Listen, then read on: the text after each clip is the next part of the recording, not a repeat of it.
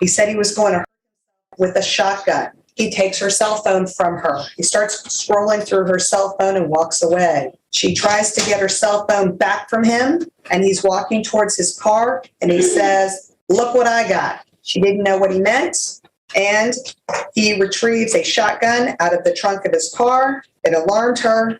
She said she feared for her life. This is all from a very bad breakup. Just wouldn't let go. She was 18 years old when all of this happened. All right, everyone. Today's hearing takes a serious turn. Judge Boyd is about to decide whether this defendant faces a significant sentence or walks away with something far lighter.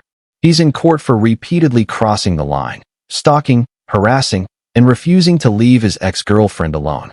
Even after clear warnings, he continued pushing boundaries and reportedly made alarming threats along the way. This case highlights something important. Restraining orders aren't optional. They're legally binding, and violating them carries real consequences.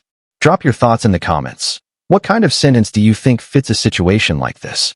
And if you're into real courtroom breakdowns like this, don't forget to like and subscribe.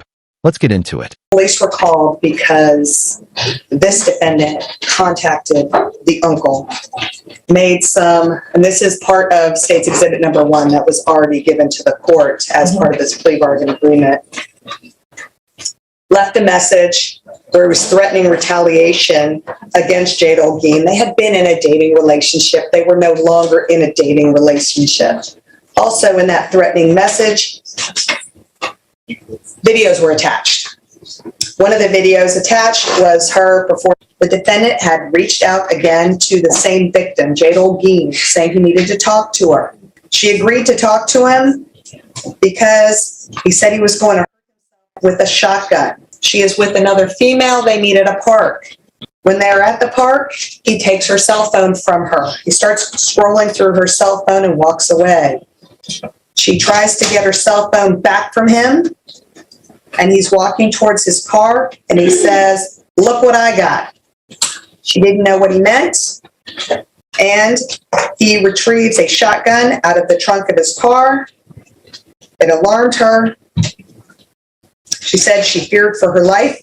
He also displayed the shotgun, threatened harm to her. That is the terroristic threat. He's arrested for that offense. As part of that offense, there's supposed to be no contact with the victim. As I earlier told you, he was booked in March, released May 20th on 2019. On that same day he was released, May 20th, 2019. He's charged with violation of the bond conviction, violation of protective order.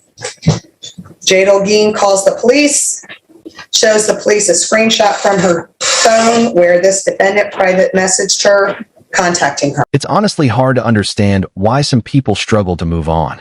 When a relationship ends, the healthiest choice is to accept it and go forward. But that didn't happen here. Instead, things escalated. The behavior became more intense, more concerning, and crossed into dangerous territory. Actions like this don't just raise eyebrows. They raise serious legal and personal safety concerns. We've been seeing more cases like this lately, and it makes you wonder what's driving it. Whether it's emotional instability, outside influences, or something deeper, it's clear that situations like this can spiral quickly. At the end of the day, harassment and stalking aren't just mistakes. They're serious offenses with lasting impact. Let's get back to the hearing. So does he have any other criminal history? Oh, Your Honor. It shows there's 4 cases in Bexar County, but the terroristic threat was inputted twice. So these are the only cases that he has. He has no other criminal history. This is all from a very bad breakup. Just wouldn't let go. She was 18 years old when all of this happened. When those very explicit videos are sent to her dad and her uncle, she's being threatened with a gun. She's being contacted after he's been ordered by a court not to contact her. The plea bargain in this case is a cap of 12 months state jail. I think 12 months is appropriate in this case. Also, no contact with the victim, Jade Olguin. And Miss Jade Olguin is not present in the courtroom today. She just wanted to be notified as to the sentencing, so there will be no victim impact. Defense? Your Honor. With regards to the cap of the 12. My client has taken responsibility. There is no more contact with the young lady. And speaking with him, he has made it abundantly clear that he understood that this was not a smart move on his part, that it was rather childish, rather dumb, and he basically knows better. He has moved on in his life. He has other people that he is now seeing. His mother was here at the last hearing. They're very concerned about him. They do love him. Nobody wishes anything wrong on Miss Holguin. Is there anything you wish to say? Yes, just that. Just one moment. Let me have you raise your right hand for me. Do you solemnly swear affirm the testimony you give will be the truth and nothing but the truth, so help you God? Yes, ma'am. Right, you can lower your hand. Could you state your name for the record? Kevin Johnson. All right, what did you want to say? Just, I know what I did was wrong a couple of years, regardless of how long it was ago. I know that it was wrong and I shouldn't have done it. And since then, I think I've become a better person. And I mean, I have a new girlfriend. We've been together almost 4 years. Hold on. He's been in another relationship for 4 years? That adds a whole new layer to this situation. It raises some difficult questions. If this is how he reacted in a past relationship, what happens if history repeats itself? Patterns like this don't just disappear overnight. He mentioned he was around 20 at the time of these incidents and is now 24. While people can grow, behavior like this leaves a lasting impression and naturally raises concerns about whether real change has taken place. It also makes you wonder how much his current partner knows about his past. For many, this kind of history would be a major warning sign. What do you think? Would this be a deal breaker for you? Let's continue. My job, I work every day, Monday through Friday. Just overall, I think I've been a better person since then. And I know what I did was wrong, and it was just a dumb teenager thing to do. Right, how old were you when this was going on? 20, I think. 20, almost 21. No, I'm turning 24 in September. I still don't understand why young people themselves in intimate moments. It's just a dumb high school college thing to do. I'm mature.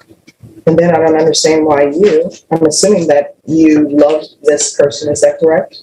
I'm sorry? Again, I'm assuming that you love this person. at one point in time, I did. So, and I'm assuming that even after the breakup, you supposedly loved this person At one point in time. and you were trying to, I guess, have the relationship continue even though it had ended. But just, I guess, in a way, there's no really explanation. So I don't understand why you had a big issue with letting go. Just, I mean, when someone tells you your relationship is over, you need to move on. If you want to go in your house and cry over it, then you go in your house and cry over it. And, smile even though, as the song says, smile even though your heart is breaking. And then go to your house and cry. But I don't understand. I've read the police reports and the stipulations in this. I don't understand why you couldn't let go. And honestly, I don't even understand with this new relationship, if she were to decide to break things off with you. I'm not saying she will because I'm not in your relationship. I don't even understand why your behavior will be any different.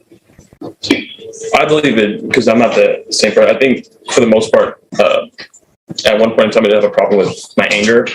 But since then, I mean, I'm not an anger person anymore. What have you done to improve your anger Just issues? changing people I've hung around, who I put myself with, who I associate my time with, and just that kind of stuff. Certain family members don't talk to anymore. Just that, all that kind of stuff. Just kind of, and then just talking every day about my problems rather than. But anger is your reaction to situations. So I don't understand how you're just saying, it appears to me, and if I'm wrong, please correct me. It appears to me that you're just saying that I don't put myself around people who may anger me. It doesn't appear that there's anything that has changed about your getting angry. When I'm getting angry or something that upsets me, I just talk about it rather than not talking about it and getting more angry. That always seemed to be my problem before. When I would be upset, I would just let it be upset and then make myself more angry rather than talking about it. That was a composed and carefully worded apology. But the real question is whether it reflects genuine remorse or just an attempt to lessen the consequences. Moments like this are always difficult to read. Is it accountability or is it strategy? Now everything comes down to Judge Boyd's decision. This is where the court weighs the seriousness of the actions against the possibility of change. Let's see how the judge delivers the final sentence. Well, Your Honor, for a lot of the reasons that state has pointed out, his age, his record, I think he's acknowledged that he understands and takes responsibility for everything he's done. I would ask for leniency to allow him to demonstrate to the court that he can be a different person. And even when he gets out, he will still be under the control of the state for a while. So we would ask that the minimum be considered, Your Honor, and given to him. All right, the court will sentence you to 10 months in the state jail facility, give you credit for any time served, and that credit will include a total of 23 days. All right, good luck to you. We can go off the record. Mr. Johnson? All right, so at some point in your life, you may have children. It may be a daughter. It may be a son. I hope that you will speak to them about this issue so that they won't do the same thing. I can tell you that the person that you supposedly love, you shouldn't do hurtful things. Even when they break up with you, you're just supposed to move on. You know, maybe write a letter. Will you take me back? But then if they say no, then the relationship is over and you call it a day. If you would not have sent videos, which again, I don't understand why children do that, you wouldn't be in this situation. If you were to just destroy the videos, you wouldn't be in this situation. Do you understand? Yes, ma'am. So I know you may think, curses, I'm going to be locked up, but take that as a time to internalize. And whatever you do, and I forgot to add this part, there's to be no contact with the complainant whatsoever. Do you understand? All right, if there's nothing else from either side, then you're excused. So, the final decision, 10 months in jail. Do you think that's a fair outcome for everything that happened? The victim clearly went through a deeply distressing experience, facing ongoing harassment and fear. Part of the argument is that stronger consequences might better reflect the seriousness of the situation. On the other hand, some believe that people can change if given the chance. It's not an easy call, and opinions will definitely vary.